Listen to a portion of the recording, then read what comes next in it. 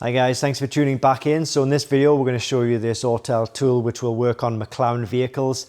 It's a rarity that we get McLaren software, but we've managed to gain access to this McLaren tool so we can show you the screens now when hooked up to a 540 Coupe or Spyder. Now the purpose of this video is really just to show you which systems it can diagnose, which systems it can connect to, and a couple of service functions as well that the tool can actually sort of reset. Okay, so we've got the tool all ready to go here. We're going to click onto manual selection. You'll see a list of all of the McLaren vehicles that it can work with come up on the right hand side, but we're looking for 540. We've got the Coupe and the Spyder right here respectively. So we'll go to the Coupe first of all, and we'll say 2020 model as just an example. Click OK to that.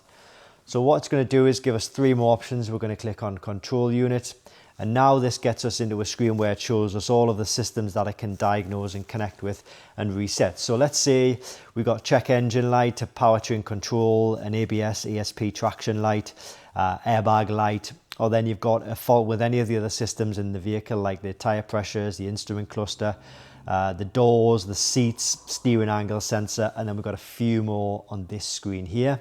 So if you've got any problems or faults in those systems, then this tool is going to allow you to diagnose it, reset it, look at the fault codes, look at the descriptions of the fault, and also look at the live data for the fault as well. Okay, so that was really just to show you that's the Coupe version. And then if we go into the Spyder version, it's going to be pretty much exactly the same.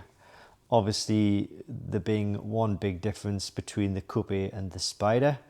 So we'll just try and find it. Where are we? 540C. Oh, I'm gonna lose my little stand at the back here.